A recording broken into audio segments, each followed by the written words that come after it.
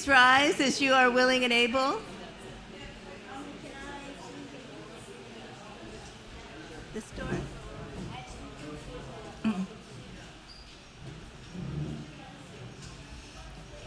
For morning has broken.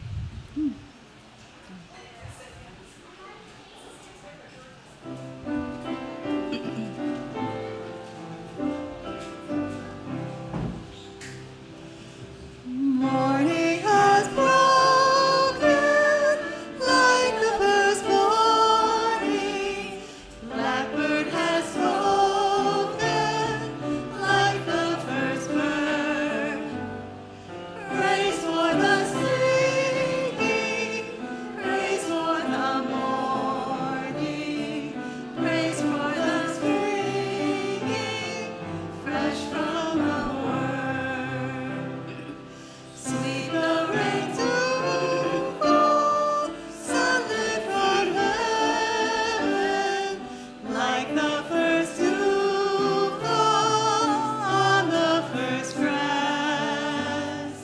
Praise for the sweetness of the wet garden, sprung in completeness where God's feet pass. Mine is the sunlight, mine is the morning, born of the one light, Eden's soft flame. Praise with elation, praise every morning, God's great creation of the new day.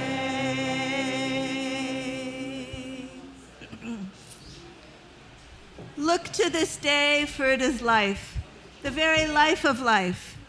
In its brief course lie all the verities and realities of your existence, the bliss of growth, the glory of action, the splendor of beauty.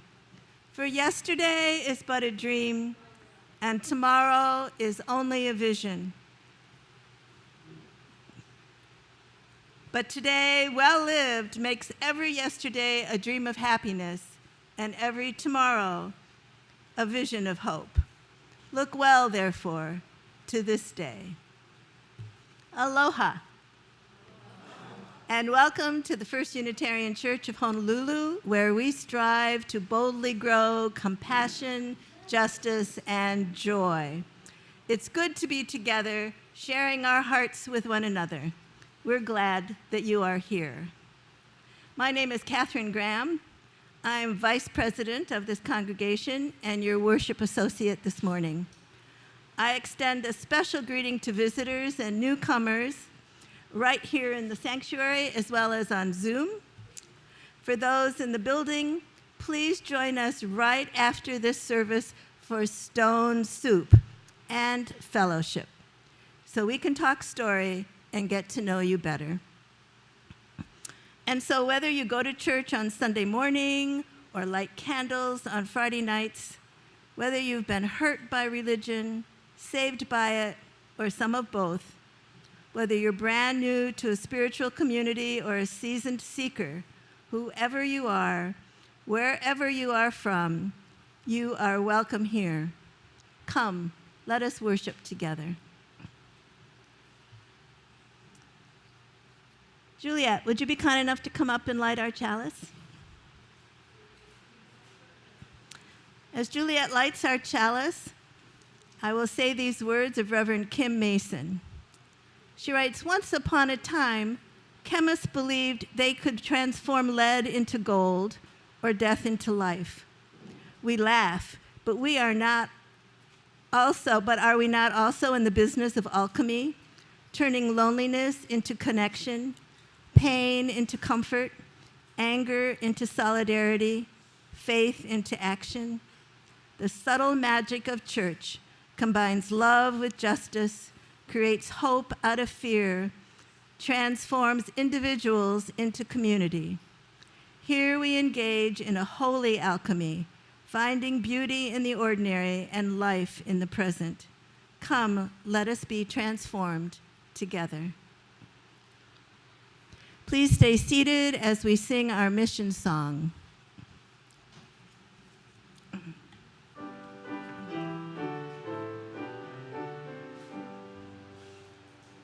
We boldly grow from fertile ground, compassion where our hearts are bound, justice that affirms our worth, and joy that spreads through all the earth.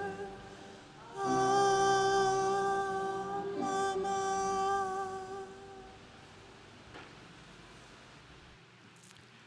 This morning, we are celebrating Stone Soup Sunday.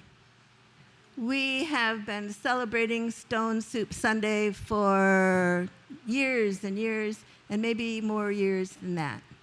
And this morning's story is brought to us by our own Melanie Melakea, who is still looking for people to be part of the story.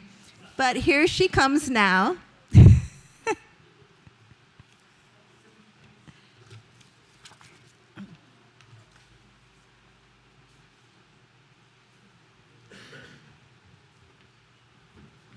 Aloha.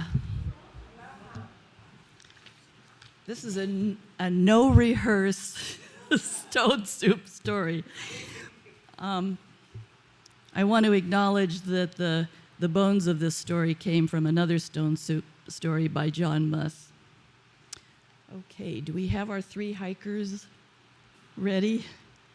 You want to go over there?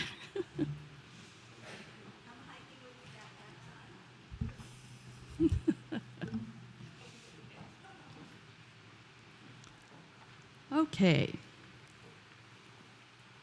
3 friends were hiking together along a ridge in the Ko'olau Mountains.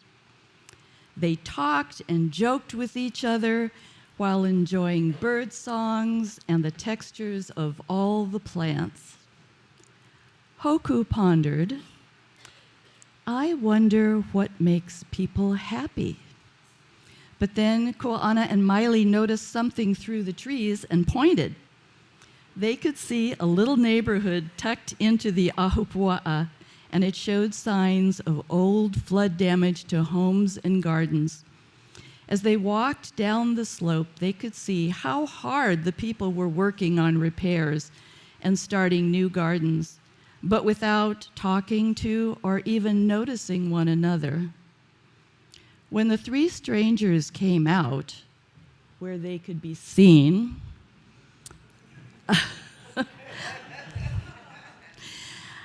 the people of the little Ili disappeared into their homes and closed and locked their doors and windows.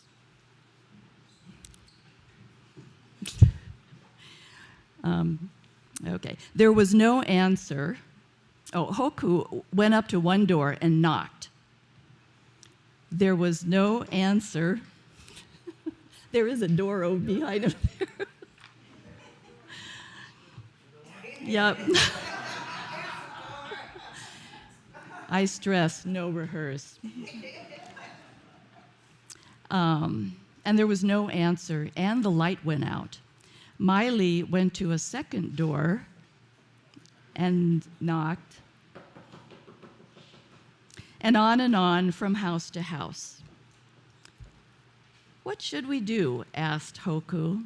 The other 2 friends said almost in unison, "Let's make stone soup."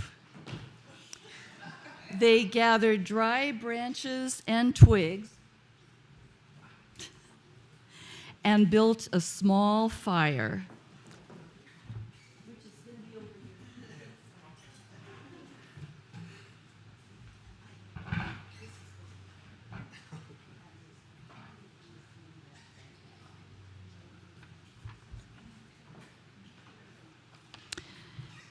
As they were building a small fire, they placed a small pot they carried on top with water from a fast-moving stream they had passed.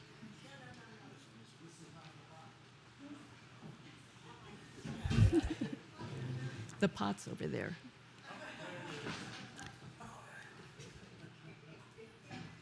Is Coraline? Coraline? This caught the attention of a young girl who cautiously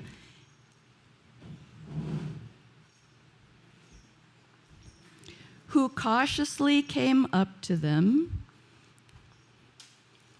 and asked, "What are you doing?"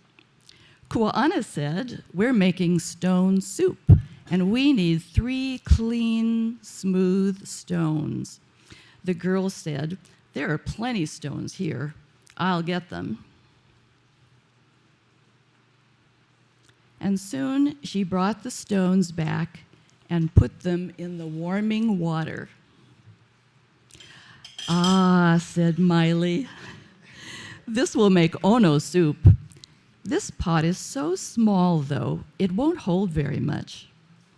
"Well, my mom has a big pot we don't even use. I'll go get it." And off she went.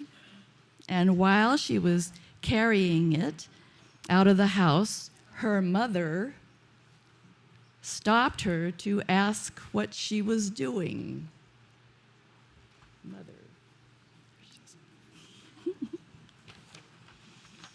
The 3 strangers are making stone soup and they need a big pot.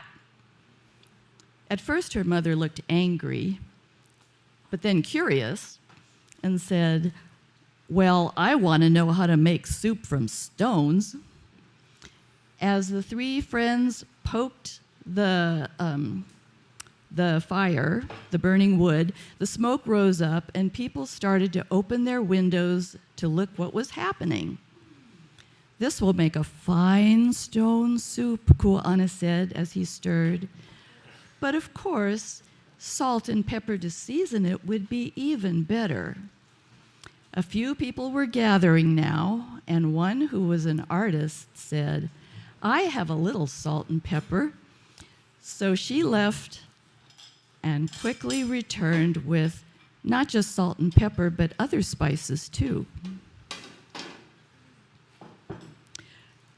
Hoku took a taste and looked up thoughtfully and said, "I think what this soup needs is a bright purple kalo for a little sweetness." A farmer said, "I grow some kalo. I probably can spare 1. He jogged off, and it's a special variety. And returned with an armful, which they happily put in the pot. The rising steam was being carried further by a breeze, and soon more people came to see what the commotion was. They pressed closer to look into the pot. Miley seemed to think out loud, what about an onion? That would make the soup even better. A carpenter said, "I think that would be better, and I have one." It's over there. He hurried away and reappeared with 2 handfuls of onions and dropped them into the bubbling soup. There were murmurs that the soup was indeed improved as they inhaled deeply. "Mushrooms," Kua'ana sighed. And several people darted away, and in no time, not just mushrooms, but also noodles, cabbage, carrots, and peas were excitedly dropped into the fragrant broth. Everyone went home to bring something. Eventually, the stone soup was ready to eat. The whole neighborhood came out and brought chairs, blankets, bowls, spoons, candles, lanterns. Give them out. Ukulele. They sang, danced, told stories, shared memories, laughed, and became more than neighbors. They became friends. Singing?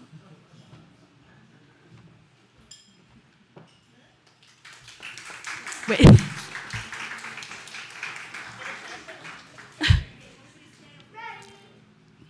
So, yeah. Okay.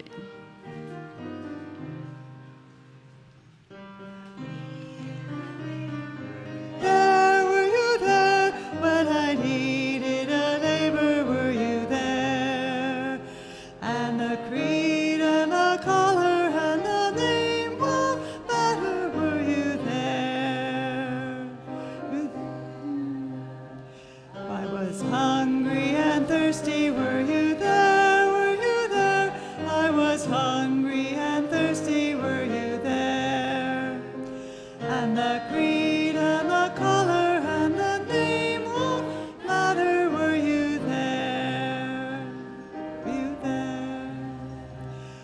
Wherever I travel, I'll be there. I'll be there.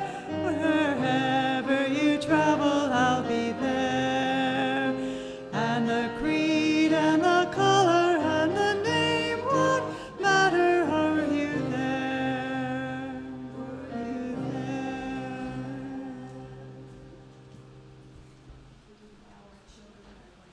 Go upstairs for even more fun.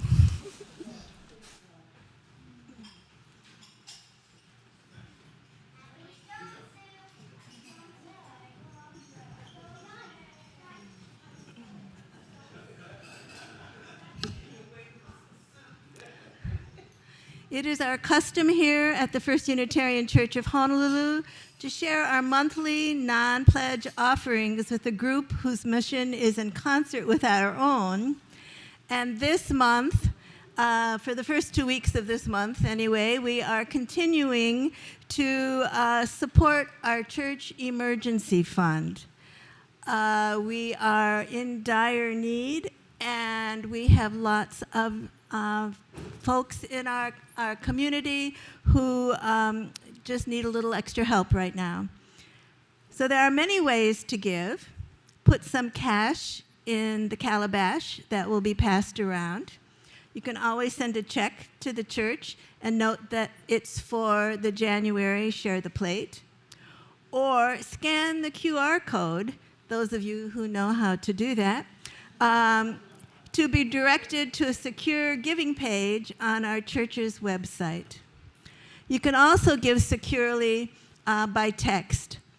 This encrypted form of giving allows you to give to the Share the Plate recipient and to make a payment or to make a payment to your pledge. The offering will now be freely given and gratefully accepted.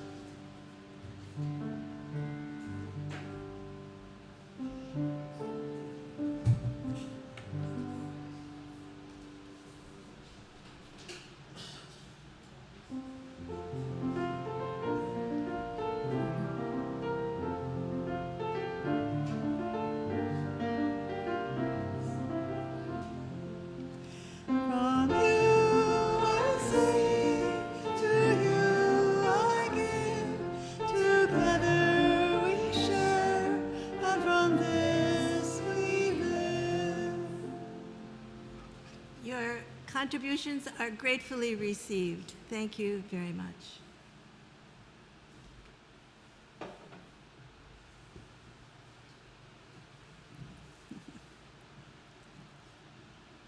The Book of Life. The Book of Life is a deep and ancient tradition throughout human history. Communities of faith and understanding have witnessed together the ways that their shared lives are experienced, marked, and remembered.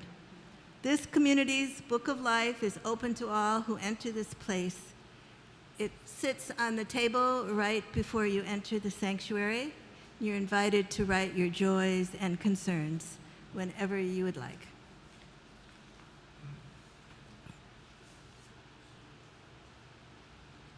And if you need a compassionate person to listen to what is troubling your heart, please go to our church website to contact the care team. The care team is made up of Martina Queens, Carla Allison, Nancy Schultz, and Lorraine Fay. And if your need is a compassionate person to listen, well, I think I just read that, wait. And if your concern is about death or dying, please feel free to contact Reverend Dr. Gregg himself or myself, Catherine Graham. So we'll see what we have today in our Book of Life. Ramota expresses concern about wildfires and hopes that we can help the survivors as a congregation when it's time. I think we all have concerns, and some have family and friends in the LA area that's very well received. That is the concern. If anyone has any other concerns, please feel free to speak them aloud as my hand passes over the room, or hold them in your heart, and we will all be holding them with you.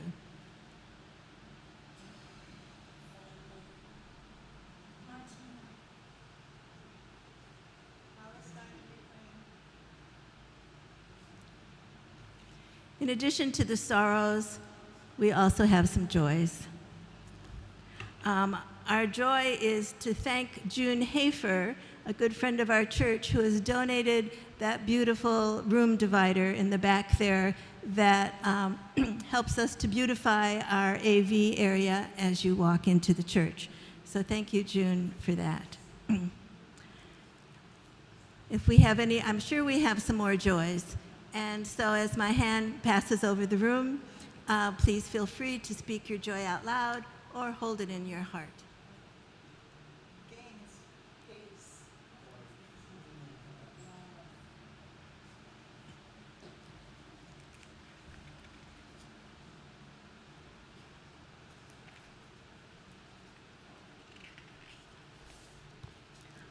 And may it always be so.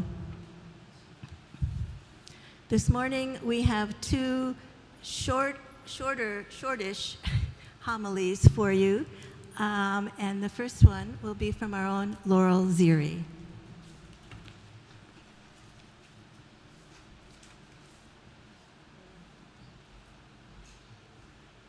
Good morning.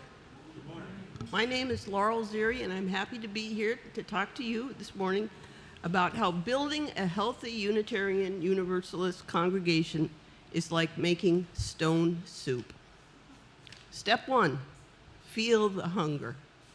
In the stone soup story, the motivation for overcoming the status quo of scarcity is the common experience of hunger. Although food scarcity may be the most literal source of hunger, it can also arise from many other needs. Many people are hungry for friendship, love, respect. Some people are even hungry for power. In communities, hunger is often expressed as pain, despair, anger, and trauma. Our community has experienced pain, despair, anger, and trauma. People tend to focus on the immediate thing that they need but do not have, be that money, safety, or certainty, but our congregation has used the Hope for Us process to identify what we need most. We are hungry for shared purpose, more trust, more understanding, and a better way to handle loss and grief. Our hunger, our collective pain, is an opportunity for this group of members and friends to blend into a group of purpose, a group whose shared goals transcend and yet include individual interests. Instead of having to give something up to succeed, Stone Soup moments allow people to bring their unique selves to the process while still becoming part of something bigger.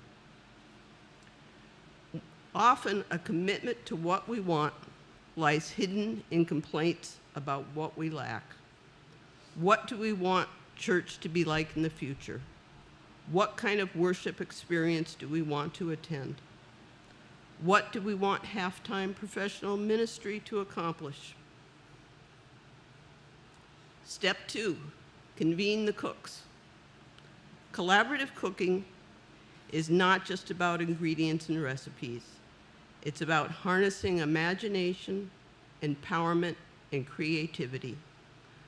While the idea for change sometimes comes from a single individual, to take root, it must eventually inspire shared leadership. We are the cooks we have been waiting for. Step 3, create the container. A solid container is essential. Convening a diverse group around a complex issue is likely to set off sparks. So it is essential to build a container strong enough to withstand the conflict in the search for common ground. Like the pot in which soup is made, today we have a container for a collaborative process. After church, lunch is provided in hopes of creating an intentional space for all of us to add our ideas, perspectives, and feelings to our collective understanding of what church will be like in the future. Step 4, control the temperature. A key part of cooking is getting the temperature right. Too little heat and the ingredients won't blend. Too much heat and they burn. The same is true in group processes. Like heat in a saucepan that releases the juices and flavors of the individual ingredients into a common melange, your individual commitment can start a cascade of contributions from other members.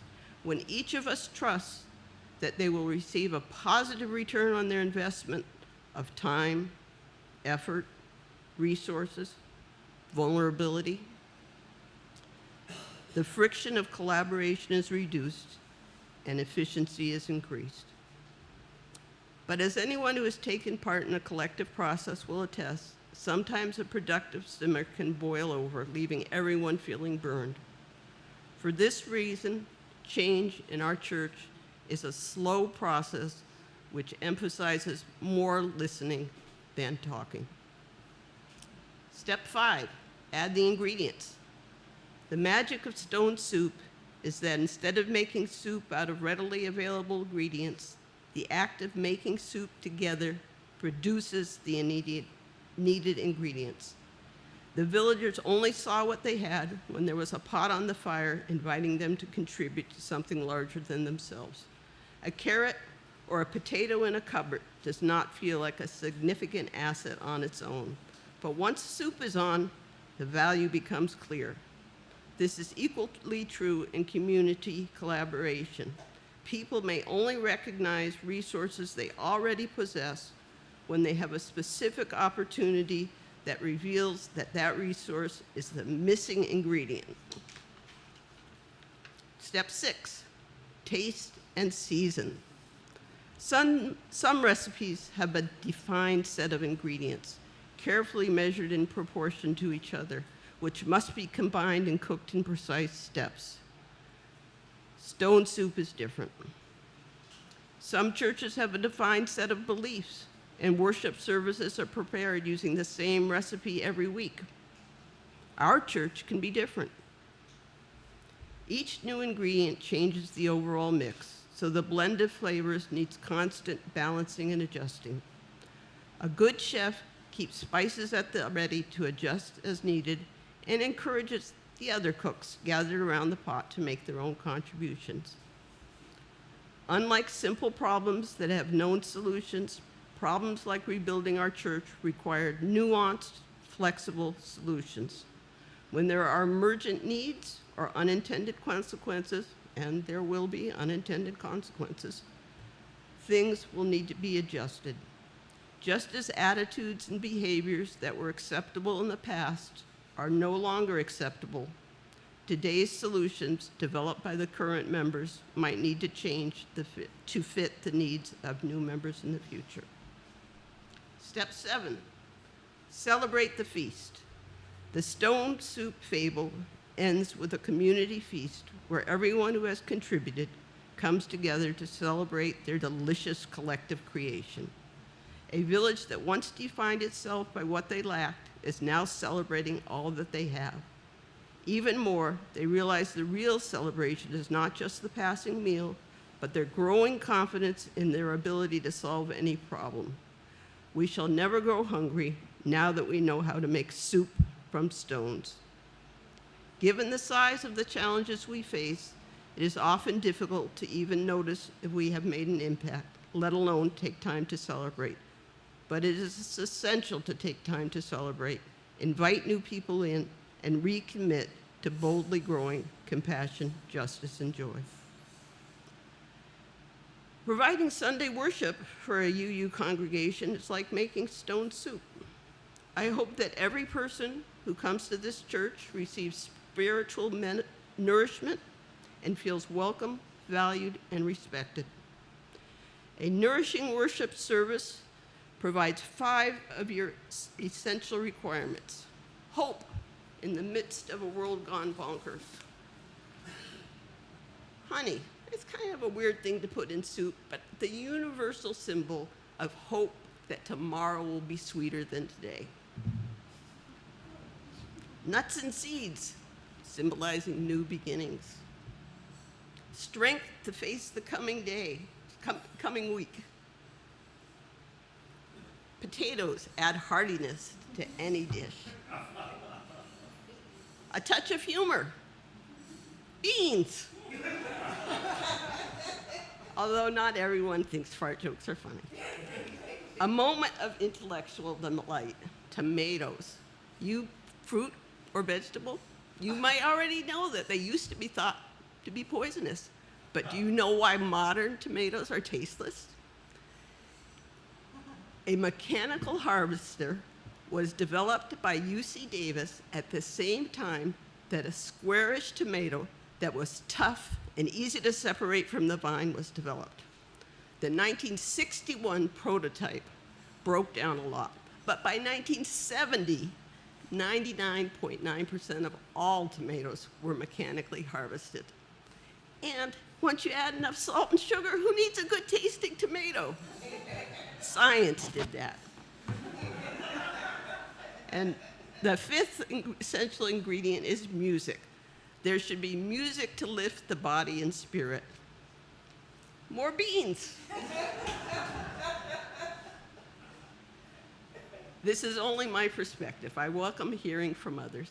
I hope this has been part of your nutritious Sunday worship experience.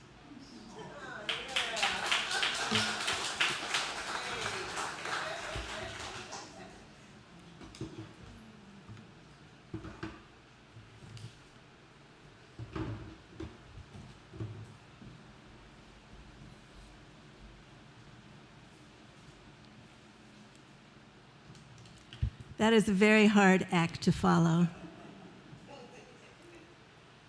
But in Laurel's analogy, the feast is what I want to focus on.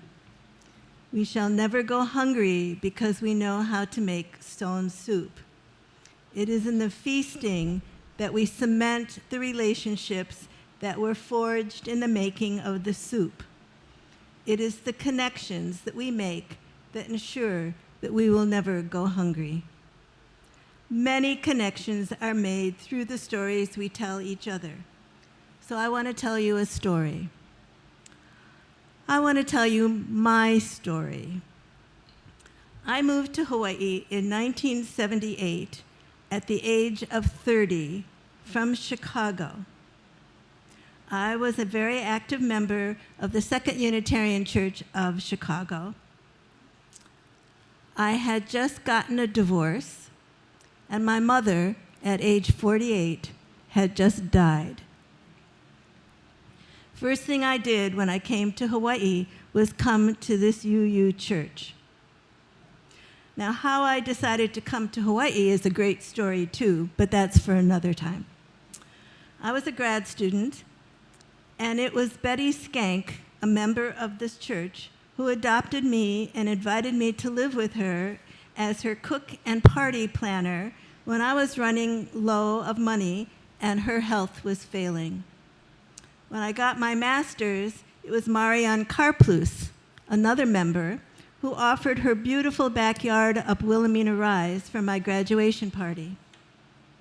When I married our minister, it was the members here who threw me a very special wedding shower and agreed to knock down the walls right here in the sanctuary to make this a bigger space for our wedding. When I had my baby, these church members threw us a spectacular baby shower. And this is the church that my son grew up in, worked in the RE program, and took every OWL class that was offered. Today, he credits this church with instilling in him his deep humanitarian values. When I lost my job and was running out of money, it was Nancy Young who found me a live-in caretaking position that allowed me to save enough money to get my own place again. When I needed a roommate, it was our music director who moved in for the next 12 years. When I had a stroke at a church meeting, it was Jim Cooper who got me to my doctor. When I had to move soon after that event, it was this community that again rallied to pack me up, move me, and unpack me at the other end. Then again, 5 years later, I had to move again, and this crew came through like gangbusters. And this last time when I had to move, who had the perfect place? A former church member who had moved to the continent but had a rental available here. This is my idea of a feast of friendship and community that could never have happened anywhere else. And no one told me it was God's will when something bad happened, or when I got a divorce that I was going to hell. It was wonderful. Some people have thanked me for hanging in here when times have gotten tough. But it is me who has to thank you, the members of the First Unitarian Church of Honolulu. I am not the only one who has been so blessed by this group. Many of us have had similar experiences. So may the stone soups we have made together over the years be only the beginning of many, many more stone soups and feasts. And so I ask you, when we sit down to have our stone soup this afternoon, to share your own stories with one another, because these are the making of a true community. And may it be so. Thank you.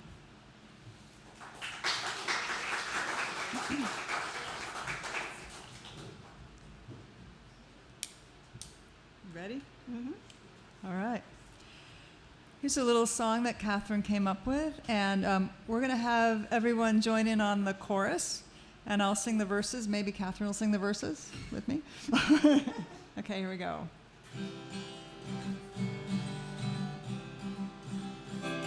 I'm looking for some long-time friends, looking for some long-time friends.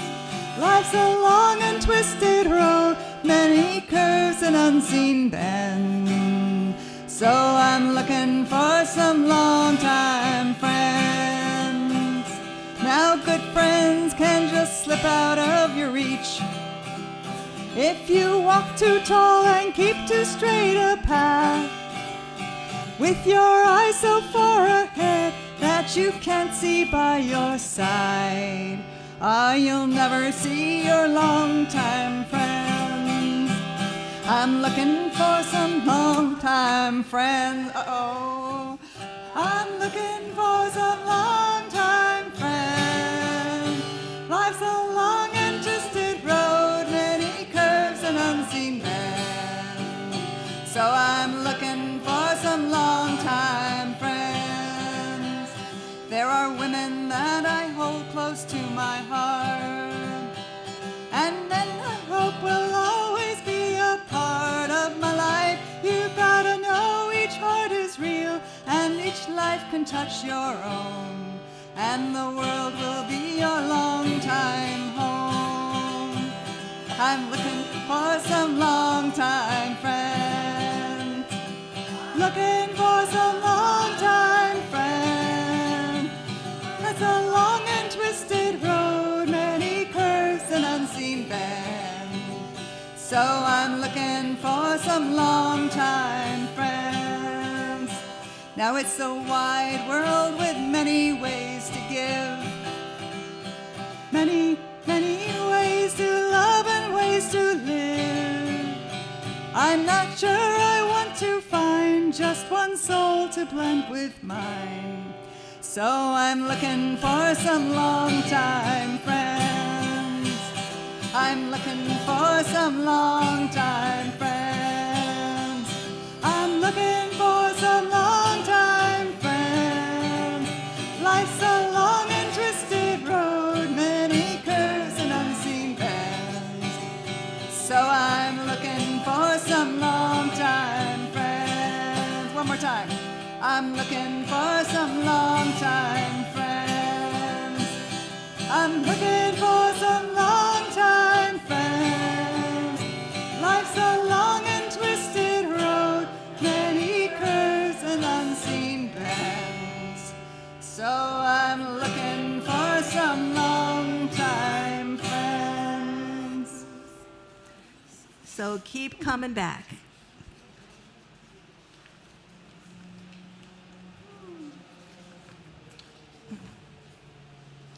As we extinguish our chalice, we offer the words of Barbara Pescan. The flame is extinguished, but not our hope for the future, our courage in the face of crisis, or the love we share in all the world. Go your ways, knowing not the answers to all things, yet seeking always the answer to one more thing than you know. So before we sing our final song, I'd like to bring your attention to a few announcements about different things going on in our church. First of all, please stay and commune with us with the delicious soup that you have provided the ingredients for. If some of you will be kind enough to move chairs in this area and set up tables. The tables are back there behind the AV equipment. And get some tablecloths, then we can get our soup. The soup is going to be rolled out and served right in the foyer. And we have, in fact, stones that make our soup. We have traditional stones that have been used for many, many years, one in each pot of soup.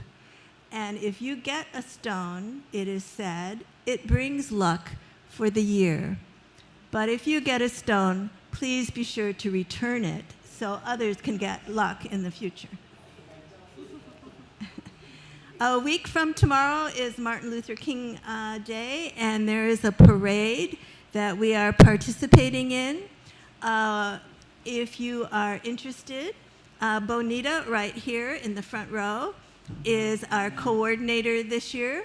And those who need a little help, we will have electric scooters, but please let Bonita or Reverend Dr. Greg know that you'll need a scooter. If you'd like to walk, it's almost a 3-mile walk from Magic Island, where we will meet at 8 a.m., to Kapiolani Park. Also, after the service today, Reverend Dr. Greg will be having his first of a series of classes on UU history. And when he first arrived, almost 2 years ago now, he gave a quick lecture on UU history that was the most informative one I had ever attended. So I really do urge those of you who are interested to stay after soup and hear part 1. And this will also count as part 1 of your pathway to membership, those of you who are considering becoming members. And last but not least, we have begun Fush Fridays.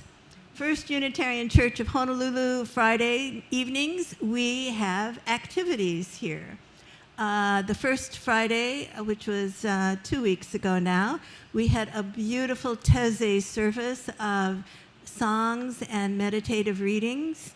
Last Friday, we had a game night. The game nights are multi-generational. We had children and played Pictionary, and it was good fun. And this coming Friday is meditation and chanting with a friend of our congregation by the name of Nilan John, I can't read my writing, Skakar. Anyway, he's a beautiful Hindu musician and chanter, and it's an hour from 7 to 8 of total meditation and rejuvenation. I invite you to that. The last week of the month, the fourth, not the last 4 because we've got 5 Fridays in January this time. The fourth Friday will be a movie night, and we're going to see the movie 6888, I think it's called. I can't remember if it's 8666 or 6888. It's one of those. Anyway, it's a great movie about an all-black platoon in World War I, female platoon that the Army did not want to recognize. And so they finally did, and they got lots of kudos. They did a great job, so come and see that movie. And now we will sing our song of joy called Now Let Us Sing.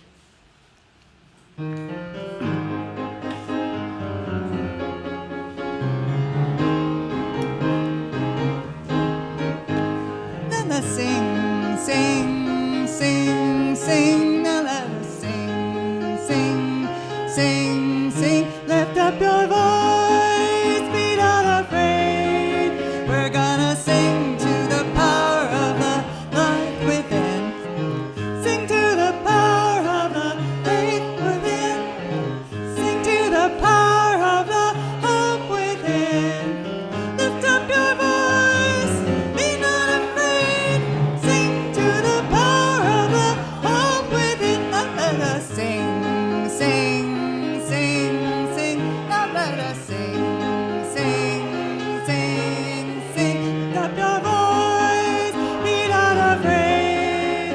Let us sing to the power of the hope within. Sing to the power of the love within. Now let us sing, sing to the power